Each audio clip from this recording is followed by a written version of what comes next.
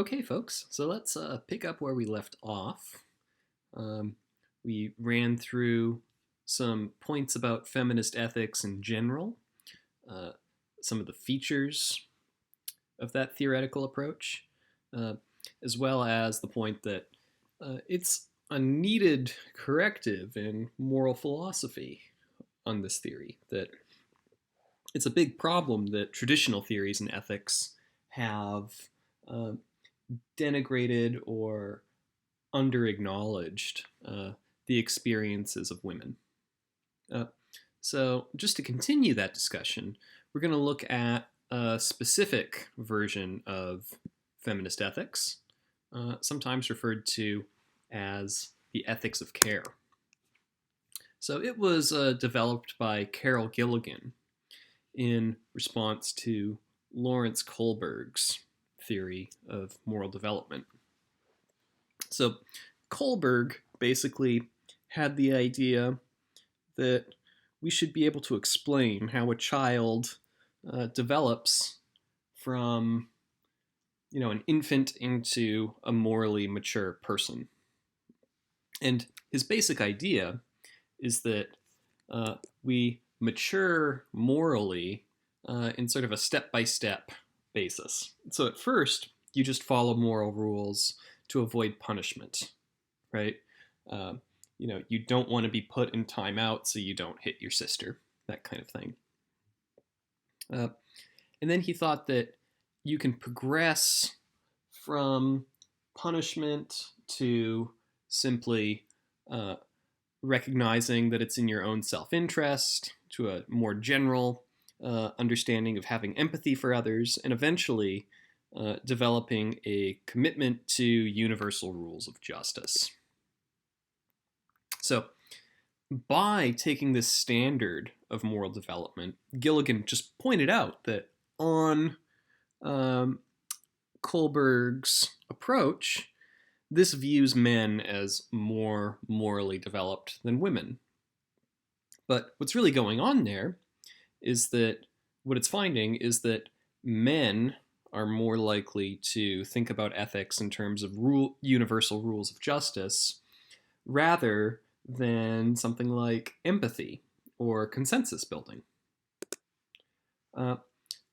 So Gilligan just pointed out that women's tendencies for moral thinking are at a lower level because they're going to focus more on ideas involving social roles and what we owe to one another on the basis of the relationships we have with others.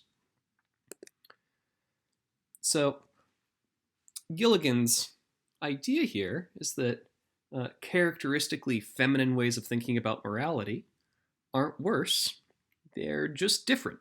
And we've got something to learn from these styles of thinking. So just to put it in one way, we've got this contrast between universal rules of justice as opposed to focusing on social roles and relationships. Remember, this came up in part 1, right? That there are feminine, traditionally, right, characteristically feminine ways of moral reasoning that are interested in these methods of cooperation, flexibility, and openness, rather than focusing on impartiality, abstraction, and strictness. So Gilligan pointed out that one helpful example might be the moral approach that's exemplified in something like a mother-child relationship. That if we thought about our ethical duties in the way that a mother has to think in terms of care for a child, that might be a helpful ideal to learn from, rather than thinking about our moral exemplars in terms of warriors and fighters or even leaders of countries.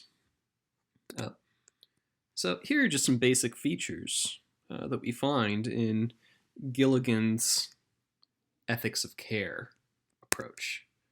One, it's going to place more importance on emotions than traditional theories of ethics do. So When it comes to Kant, he said basically like, you don't get any credit for emotions. And in fact, if you have a bunch of warm, benevolent emotions, you don't get as much credit for your good deeds as if you have none of them and do the good deeds anyways. And remember, utilitarians are going to say that emotions, uh, those aren't as important as just doing the right thing, whether you feel like doing it or not. But like, think about how that works in the context of parenting, right? Part of having like a healthy parenting relationship, we might think, is to not only do the right thing, but also do it for the right reasons, and to have a certain emotional attachment to looking out for others. But we might also think that, emotions like compassion have something important to teach us. We also might remember looking at the example of Huckleberry Finn, who got things right emotionally when he decided to free Jim, even though he was pretty confused about his ethical thinking.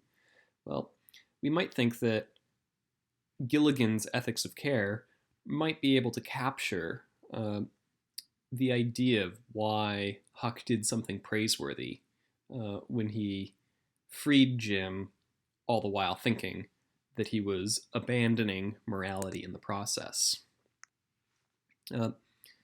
So ethics of care is against unification in morality. So we don't have to say every right action is right for the same reason, or that every wrong action is wrong for the same reason. So ethics of care is pluralistic, much in the way that virtue ethics or Ross's theory of prima facie duties, again, is against unification. We don't have to explain the rightness or wrongness of every single action according to a single principle. It's against treating morality as impartial and abstract. So there is a lot of abstraction that goes into a theory like Kant, right? Because it's all just about whether we can universalize a principle or whether it follows this rule of not treating others as mere means. Again, with utilitarianism, we're dealing with a whole lot of abstraction, because not only are we saying that every person counts in the same way, but we're also abstracting happiness or pleasure away from any particular individual who might be having it. So the ethics of care is actually more interested in the way that we reason about a particular person's well-being. Again, ethics of care focuses on cooperation instead of competition. So instead of thinking about ways to win fights, it might be finding ways to achieve compromises or workable solutions for everyone. This is an interesting point. It suggests that traditional morality places too much emphasis on rights. So the idea here, according to Shafer-Landau, is that the ethics of care points out that when we think about ethics in terms of rights, we're thinking about things that other people cannot do to one another. But also, it's a way of cutting yourself off in society. You might think about a right in terms of its being, something like a wall that you put up. Whereas the ethics of care might be more interested in focusing on our obligations to our communities. So it's about communities rather than looking out for the interests of individuals. So there's something more community-minded in this approach to ethics. So when we think about the relationship between feminism and traditional moral theories, you might start to wonder, like, if you can explain why someone who's morally concerned about women and women's experiences might find utilitarianism or Kantianism to be inadequate. So if this were in a classroom setting, I'd break you into groups and encourage you to think about ways in which utilitarianism or Kantianism might undervalue women's experiences, or do things that are, or command things of us that are in favor of subordinating women. And remember, to criticize a moral theory, you might try to show that it says an act is wrong when it's actually permissible, or that it's permissible when it's actually wrong, or even worse than permissible, maybe even required when it's actually wrong. So, we might try to think about, if we have a theory that's focused on bringing about the greatest amount of happiness for the greatest number of people, we might think about how, well, if subordinating women makes society even just a little bit better off, that still doesn't make it okay. In fact, that's a reason to not like utilitarianism. Now, so we might think that we could develop a version of the argument from injustice by thinking about things like the subordination of women as relevant to how feminists might be unimpressed with utilitarianism. In the case of Kantianism, remember, Kantians think that morality can basically be recognized just through the exercise of pure reason. So you can basically logic your way through a question of whether your maxim is morally permissible or not. And moreover, it points out that the reason why we treat people as ends in themselves is because they're autonomous, right?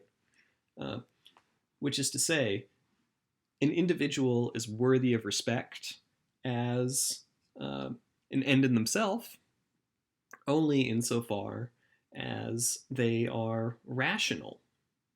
But, that doesn't really square with what the ethics of care is telling us, because the ethics of care tells us that, well, a mother-child relationship is an important ethical ideal.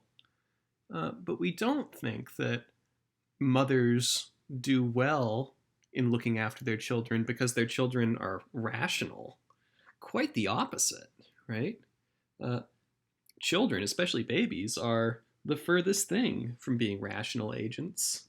But we do see that kind of respect and care as a morally admirable thing. So it seems like that would be a case where Kantian theory is unable to explain the goodness of caring for a child, irrational though they may be, right? So again, we might worry that there's something built into Kantianism or utilitarianism that isn't able to capture these things that feminist ethics treats as important. So we're going to wrap up just looking at some possible challenges to the ethics of care, and that's going to do it for this week. So here's one point.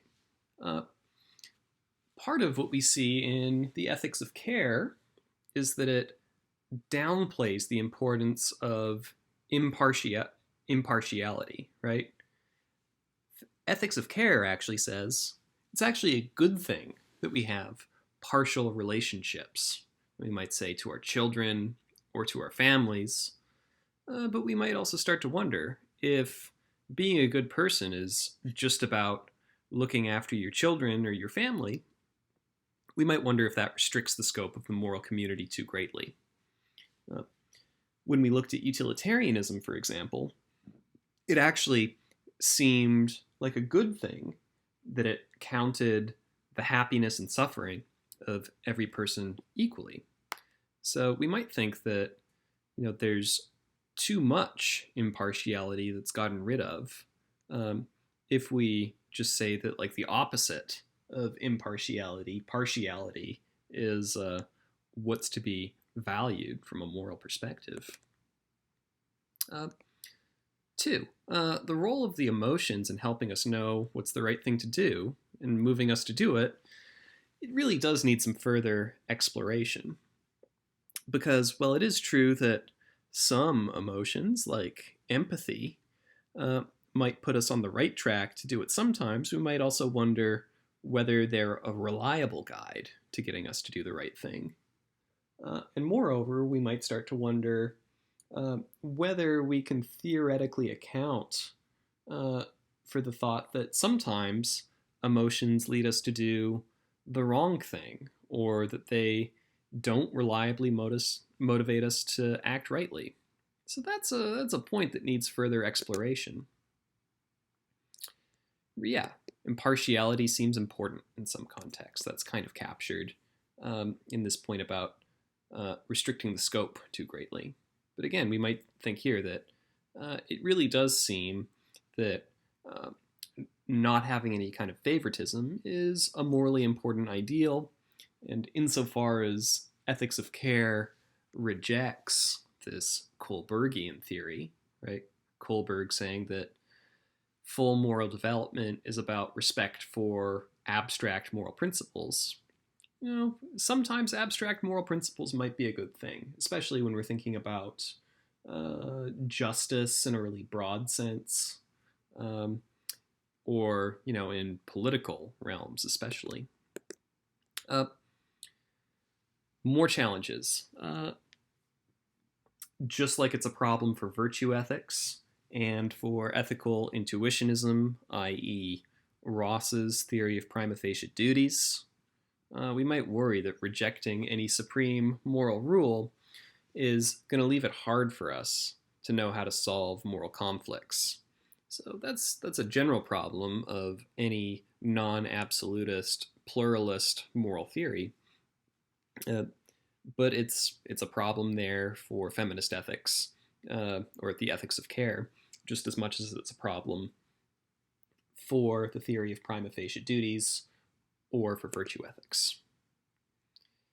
Again, although cooperation is often an excellent thing, we also need to have strategies for dealing with uncooperative people or governments. So even though promoting conflict is a good thing, maybe there are cases where we might say traditionally masculine ways of conflict resolution, maybe fighting or defenses of honor, are what we need. And although justice and rights are not the whole of morality, they're nonetheless an important part of it. So, insofar as ethics of care makes this point that traditional ethics is focused too much on rights, well, you want to make sure you focus on rights enough. So we might wonder if there's a problem in Gilligan's theory in the way that it says that an emphasis on rights is a bad thing. Maybe there are some lines that shouldn't be crossed. And many feminists are going to say, actually, justice and rights are exactly what we do want to focus on in articulating why we need feminism. Women deserve justice, they have rights. So again, that's like just another way in which we might realize that different versions of feminist ethics have different theoretical underpinnings and maybe even draw some very different conclusions. So feminism isn't just one thing or any other thing. There's a lot of different versions of it. Okay, so that's it for feminist ethics and the ethics of care.